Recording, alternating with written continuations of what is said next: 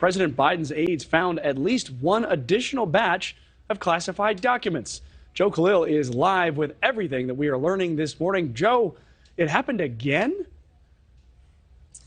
It happened again, Mitch, but these two things are related. So we should say, as aides did find a second batch of these classified documents relating to the time when Joe Biden was vice president, it actually came out of the fact that they found that first batch. So we know that once that happened, these aides said, we're going to start looking in other places as well, just to make sure, there's not more of these things out there. And in fact, they did find a second batch. Now, it's not exactly clear where or what is in those files. But, in response to this, Mitch, we reached out to all of the living former presidents to see if there were any other lingering documents that any office was aware of. Only one got back to us, and it was the office of George W. Bush. And here is what he said.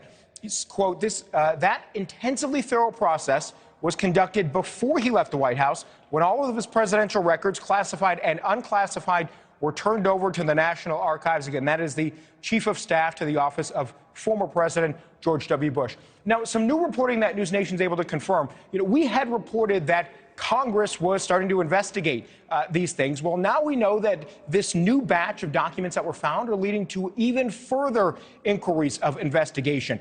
The chairman of the House Oversight Committee, Jim Comer, sent a letter to the White House asking for all of these documents. We have been able to obtain a second letter that Comer and his office sent to the National Archives.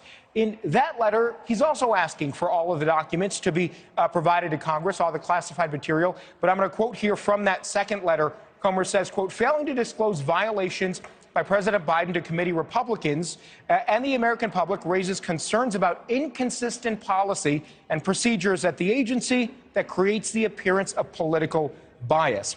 Now, a NewsNation exclusive here, we caught up with House Majority Leader Steve Scalise asking whether Congress is going to be investigating Biden and Trump equally in the exact same way. And here is what Scalise told us. I think the American people see that double standard, and that raises a lot more questions. Well, but you have an ability now in leadership to not have a double standard and investigate both things, I guess, equally, if you see it that way. Is that going to happen? Well, first of all, you've seen a very one-sided set of investigations. It's time that we start looking into things that have been ignored for too long. So under a Republican majority, it doesn't exactly sound like these things are going to be taken equally. And if you ask Democrats about the comparisons that are now being made to President Biden and President Trump, they will be quick to point out that this is now the second batch of documents that were actually turned over immediately from the Biden camp, unlike the Trump situation where the National Archives had been requesting for almost a year documents and had been repeatedly denied. So that is what we're hearing from Republicans and from Democrats on this, Mitch. Thanks for watching. Go to newsnationnow.com to find NewsNation in your cable lineup. And don't forget to click the red subscribe button below to get more of NewsNation's fact-based, unbiased coverage.